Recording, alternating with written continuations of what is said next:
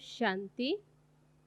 आज 6 अगस्त 2020। आज बाबा के ईश्वरीय महावाक्य हैं।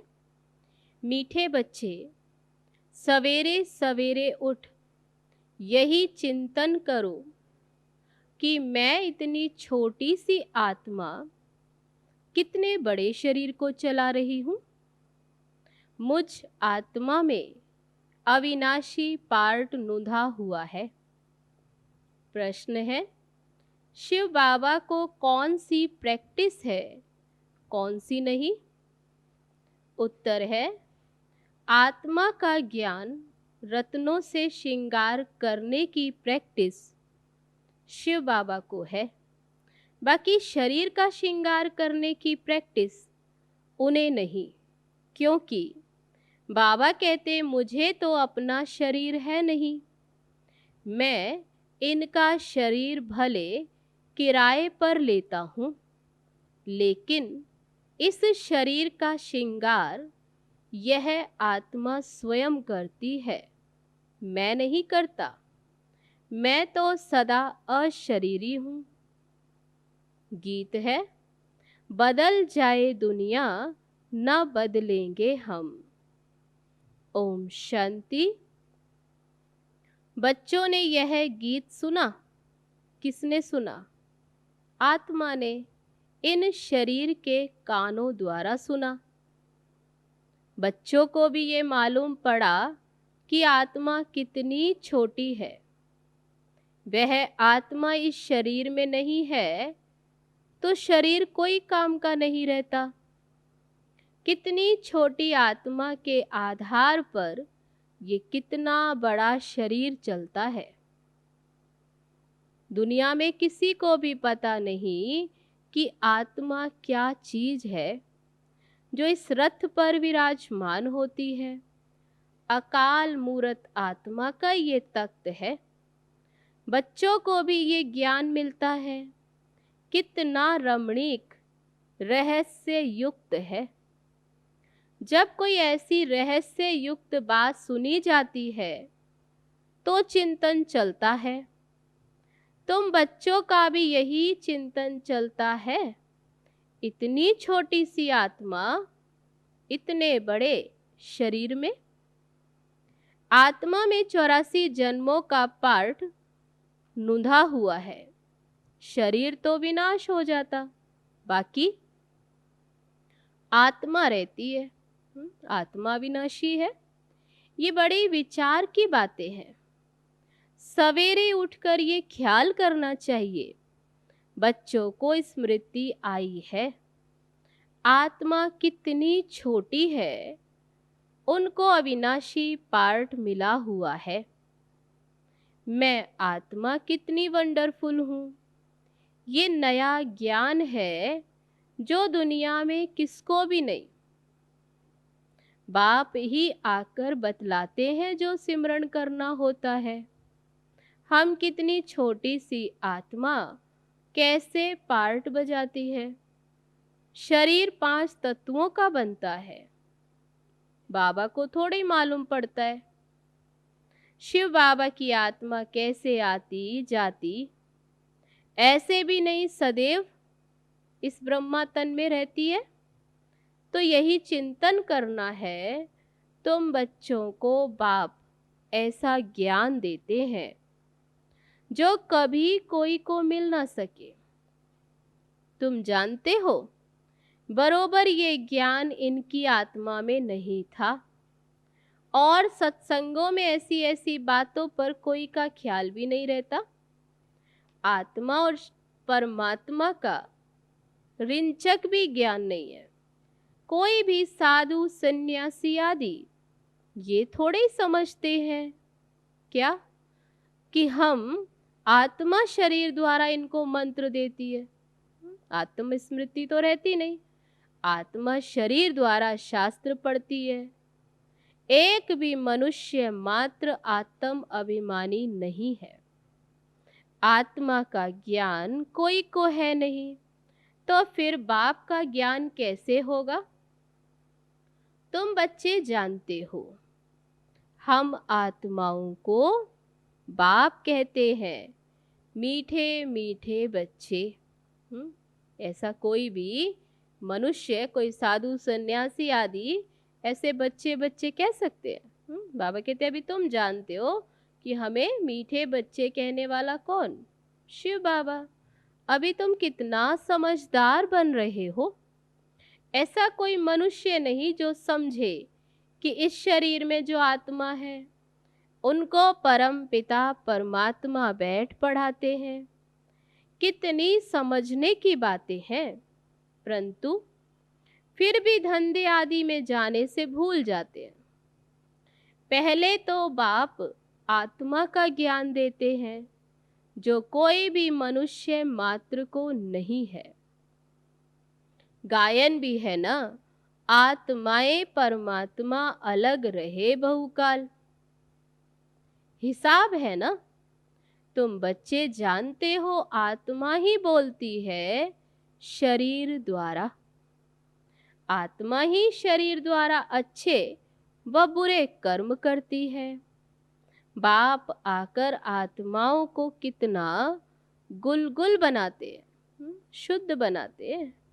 पहले पहले तो बाप कहते, क्या कहते हैं बाबा? बच्चे सवेरे सवेरे उठकर यही प्रैक्टिस व ख्याल करो कि आत्मा क्या है जो इस शरीर द्वारा सुनती है। आत्मा का बाप परमपिता परमात्मा है जिसको पतित पावन ज्ञान का सागर कहते हैं। फिर कोई मनुष्य को सुख का सागर, शांति का सागर कैसे कह सकते हैं? क्या लक्ष्मी नारायण को कहेंगे सदैव पवित्रता का सागर? बाबा कहते ऐसा कहेंगे नहीं। एक बाप ही सदैव पवित्रता का सागर है। मनुष्य तो सिर्फ भक्ति मार्ग के शास्त्रों को बैठ वर्णन करते, प्रैक्टिकल अनुभव नहीं। ऐसे नहीं समझेंगे हम आत्मा इस शरीर से बाप की महिमा करते। वह हमारा बहुत मीठा बाबा है, वही सुख देने वाला है। बाप कहते हैं आत्माएं अब मेरी मत पर चलो। ये अविनाशी आत्मा को अविनाशी बाप द्वारा अविनाशी मत मिलती है। वाह, वह विनाशी शरीरधारियों को विनाशी शरीरधारियों की ही मत मिलती। बाबा कहते हैं अविनाशी आत्मा को अविनाशी बाप से अविनाशी मत मिलती है। वहां शरीरधारी है जो बाबा कहते वे विनाशी, इसलिए विनाशी शरीरधारियों को मत मिलती है। सतयुग में तुम यहाँ की प्रारब्ध पाते हो, वहां कभी उल्टी मत मिलती ही नहीं है। अभी ही श्रीमत की है, बाबा कहते जो अभी तुम श्रीमत पर चलते, अभी की श्रीमत ही अविनाशी बन जाती है जो आधा कल्प चलती है। सतयुग त्रेता, ये नया ज्ञान है। कितनी बुद्धि चाहिए कि इसको ग्रहण करने की और एक्ट में आना चाहिए। जिन्होंने शुरू से बहुत भक्ति की होगी, तब बाबा कहते वही अच्छी रीति ये धारण कर सकेंगे। ये समझना चाहिए। अगर हमारी बुद्धि में ठीक रीति धारणा नहीं होती है तो जरूर हमने भक्ति नहीं की है, इतनी भक्ति नहीं की है। तब बाबा कहते जास्ती भक्ति की है तो फिर ज्ञान भी जास्ती और सहज उठाएंगे। बाबा कहते हैं कुछ भी नहीं समझते हो तो बाबा से पूछो, क्योंकि बाप है अविनाशी सर्जन। उनको सुप्रीम सोल भी कहा जाता। आत्मा पवित्र बनती है तो उनकी महिमा होती है। आत्मा की महिमा है तो शरीर की भी महिमा होती है। आत्मा तमो प्रधान तो शरीर की भी महिमा नहीं है। इस समय तुम बच्चों को बहुत गुह्य बुद्धि मिलती है, आत्मा को ही मिलती है। आत्मा को कितना मीठा बनना चाहिए, सबको सुख देना चाहिए। बाबा कितना मीठा है, आत्माओं को भी बहुत मीठा बनाते हैं। आत्मा कोई भी अकर्तव्य कार्य ना करे, यह प्रैक्टिस करनी है। चेक करना है कि मेरे से कोई अकर्तव्य तो नहीं होता है। शिव बाबा कभी अकर्तव्य कार्य करेंगे नहीं। वह आते ही हैं उत्तम से उत्तम कल्याणकारी कार्य करने, सबको सद्गति देते। तो जो बाप कर्तव्य करते हैं, बच्चों को भी ऐसा कर्तव्य करना चाहिए। ये भी समझाया है जिसने शुरू से लेकर बहुत भक्ति की है, उनकी बुद्धि में ही ये ज्ञान ठहरेगा। अभी भी देवताओं के ढेर भक्त हैं, अपना सिर देने के लिए भी तैयार रहते हैं। कहेंगे हम सिर चढ़ा देंगे उतार के, तो बाबा कहते ऐसे ऐसे नौदा भक्ति वाले हैं। बहुत भक्ति करने वालों के पिछाड़ी कम भक्ति करने वाले लटकते रहते हैं, उनकी महिमा गाते हैं। तब भक्तों में भी कुछ श्रेष्ठ हैं जिनके फिर भक्त ही महिमा गाते हैं। उनका तो स्थूल में सब देखने में आता है। भक्त क्या करते, तो बाबा कहते उनका तो फिर भी देखने में आता। यहाँ तुम हो गुप्त, तुम्हारी बुद्धि में सृष्टि के आदि मध्य अंत का सारा ज्ञान है। ये भी बच्चों को मालूम है, बाबा हमको पढ़ाने आए हैं। अब फिर हम घर जाएंगे, जहाँ सब आत्माएं आती हैं, वह हमारा घर है। वहाँ शरीर ही नहीं तो आवाज कैसे हो। आत्मा के बिना शरीर जड़ बन जाता है। मनुष्यों का शरीर में देखो कितना मोह रहता।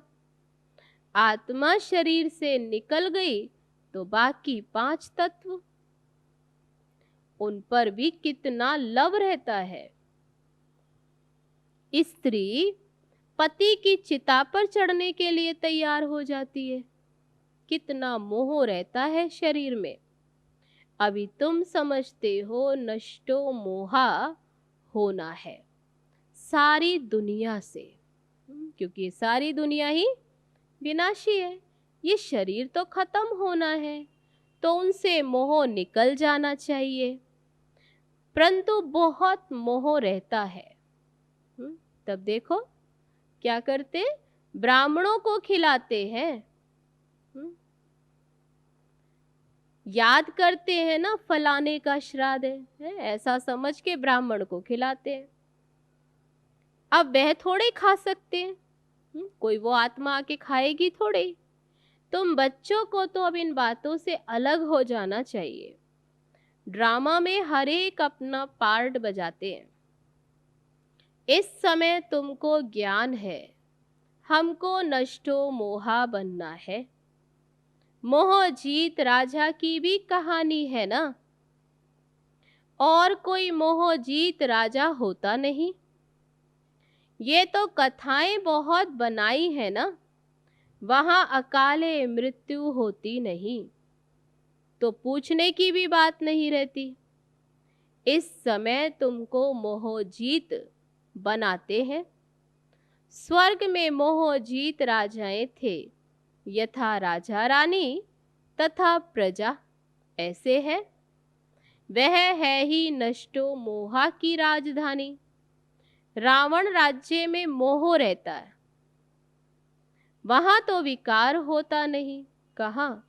सतयुग में रावण राज्य ही नहीं है, रावण की राजाई चली जाती है।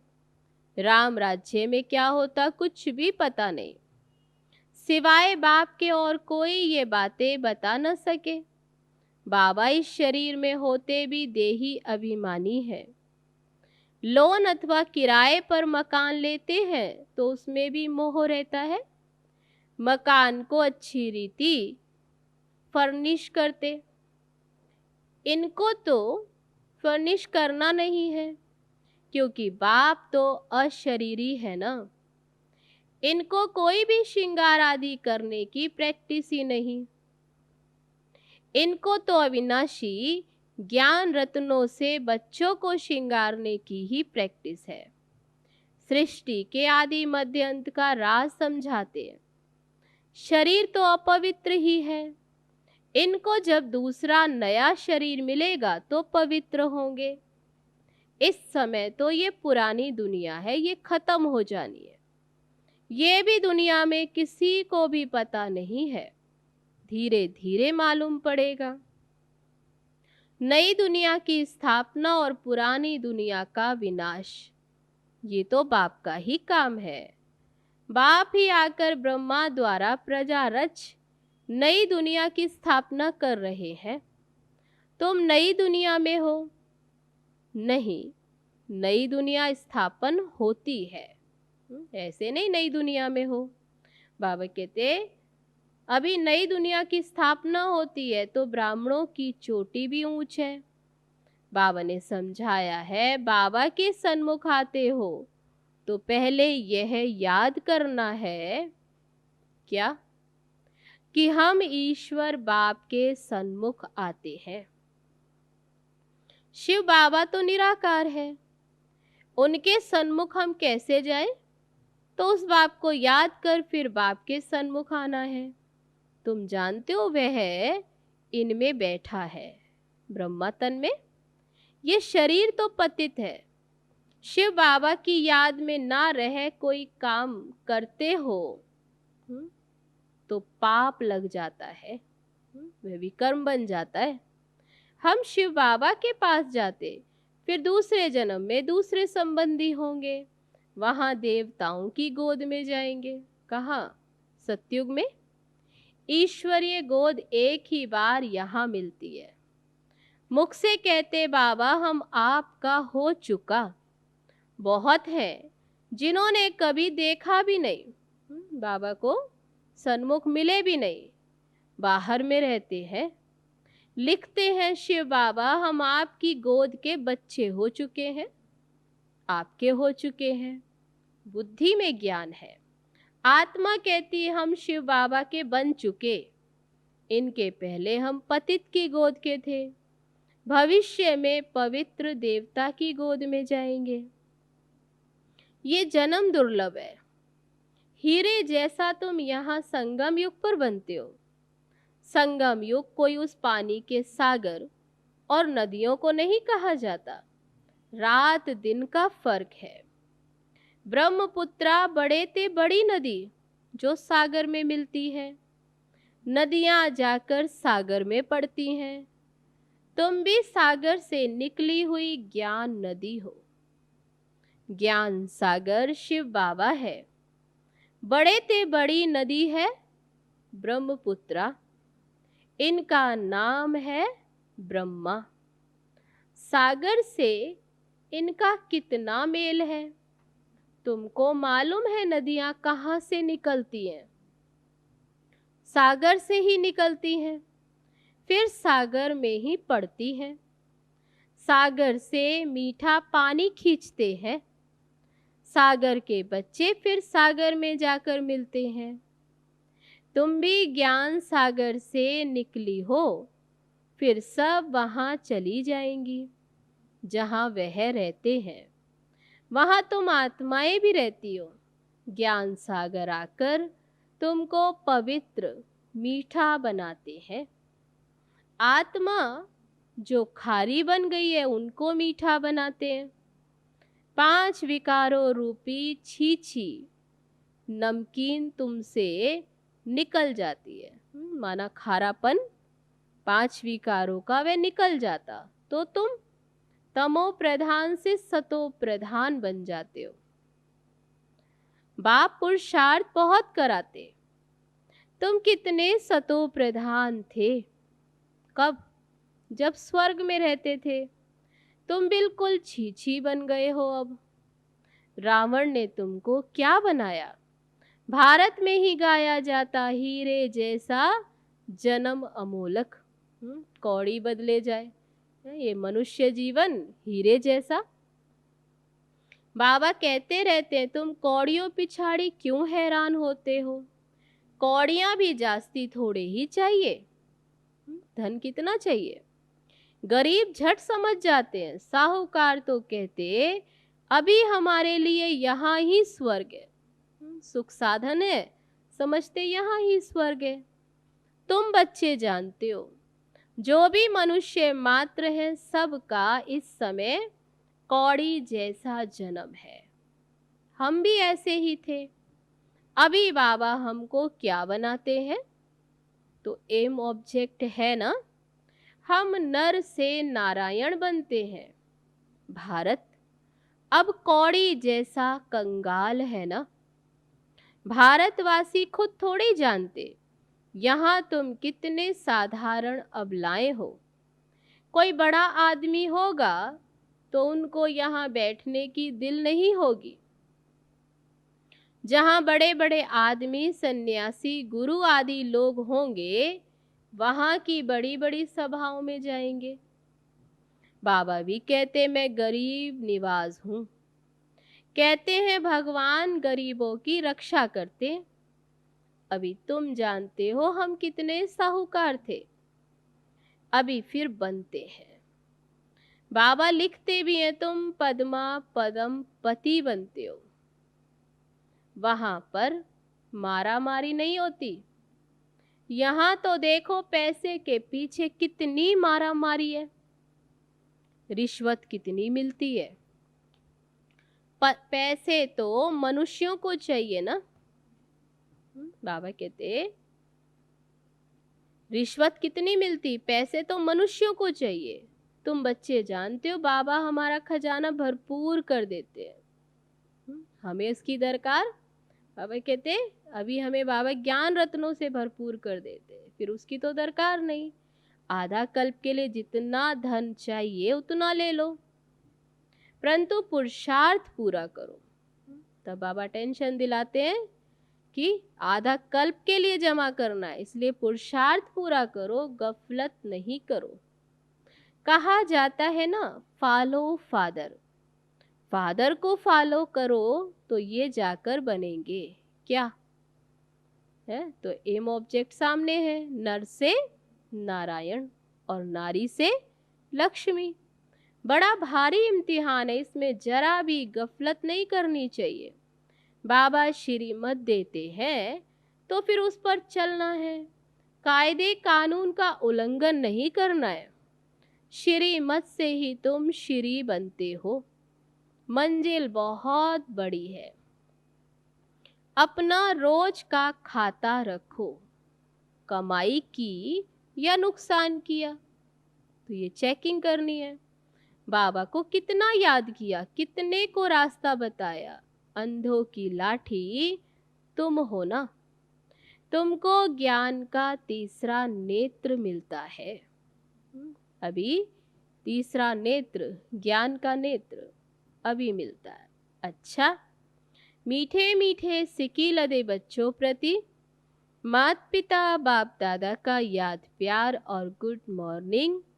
रूहानी बाप की रूहानी बच्चों को नमस्ते। हम रूहानी बच्चों की रूहानी बाप दादा को नमस्ते नमस्ते। ओम शांति। अब है धारणा के लिए मुख्य सार। पहली पॉइंट, जैसे बाप मीठा है ऐसे मीठा बन सबको सुख देना है।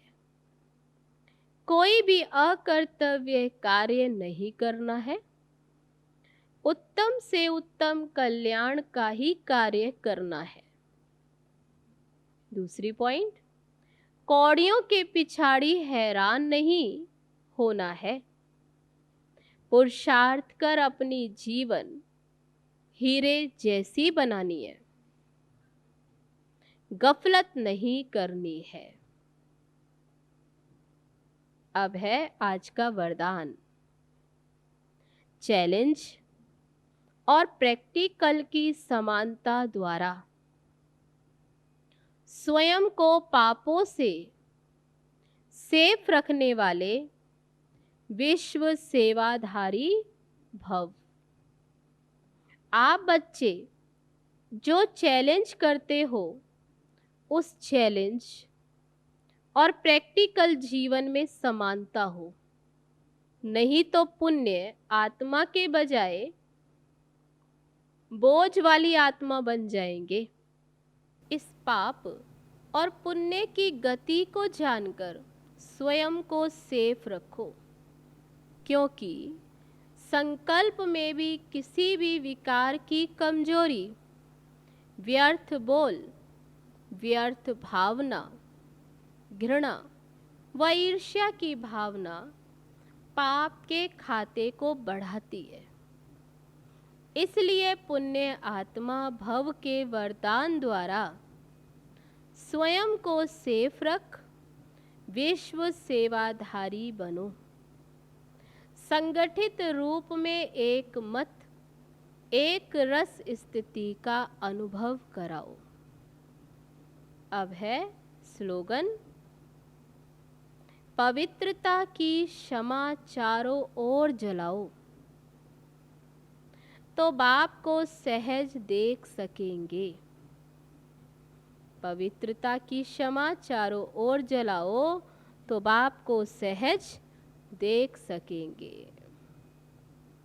तो ये थे बाबा के आज के महावाक्य जो अभी सुने।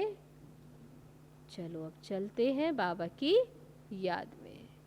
ओम शांति।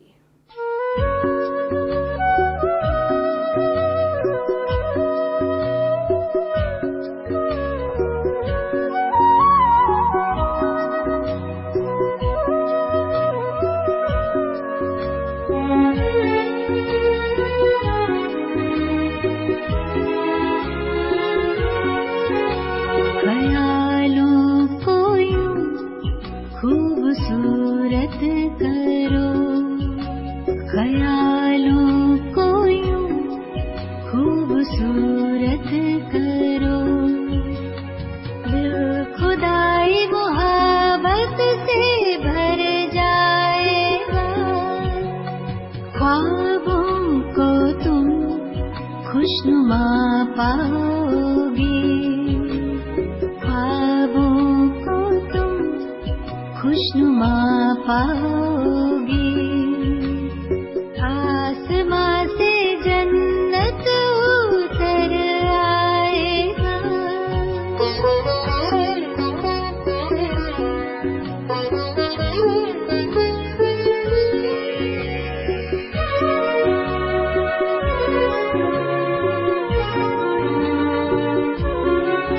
इन ख्यालों में ऐसी है ताकत भरी, मोम पत्थर